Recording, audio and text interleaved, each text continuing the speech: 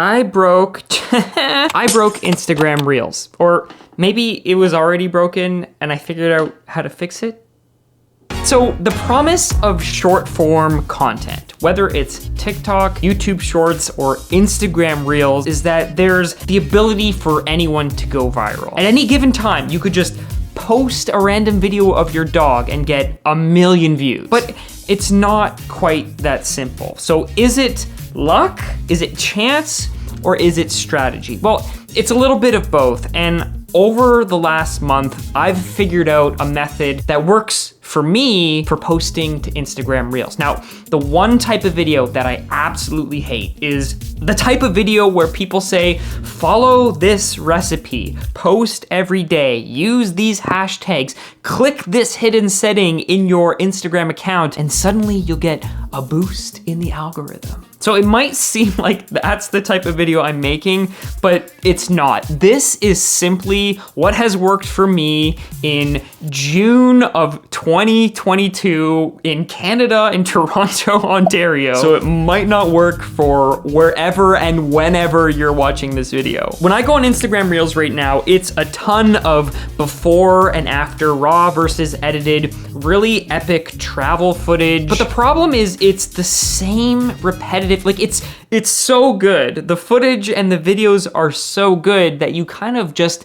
become numb to it. It's the same repetitive thing over and over again. And don't get me wrong, there's an audience for every type of content, but at some point it just becomes the question of, is this just junk food content? Are we just consuming it because this is what the platforms are pushing? I don't know if short form content is here to stay or if it's gonna be gone tomorrow, but because it's here, I'm gonna assume you're interested in it, and I'm gonna share with you the 3 types of content that I have found work well on Instagram Reels. For myself, the first type is controversial, meaning your video has something in it that either triggers a particular audience or makes them really sensitive about a particular topic. This first video I have, which has over 1 million, I think 2 million views. If you look on desktop, it says 2 million views, is a video of a POV camera while I was taking photos of this model crossing the street. And I knew I was gonna post it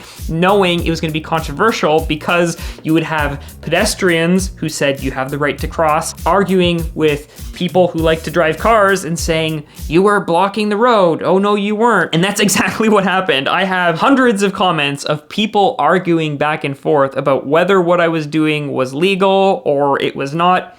Fun fact, it was legal. I'll leave it at that. But this type of content where you get tons of comments, tons of people watching it over and over again to try and pick it apart is, unfortunately, for better or for worse, the type of content that the algorithm ends up pushing. After that video, I posted another one, which was just this really great footage of a bird. Now, I posted it at a time when cherry blossoms were huge on social media. Everyone was posting about them. The fact that this was just a super cool shot taken on this amazing lens, this 70-200 lens, ended up getting a boost in the algorithm because people were liking and sharing it with their friends. And then the last type of video that I found to work super well is the super informative educational style of video. On Instagram Reels, a super trendy thing to do is do before and afters, or a raw photo versus an edited photo, or log footage versus color graded footage. I kind of took that trend and spliced it up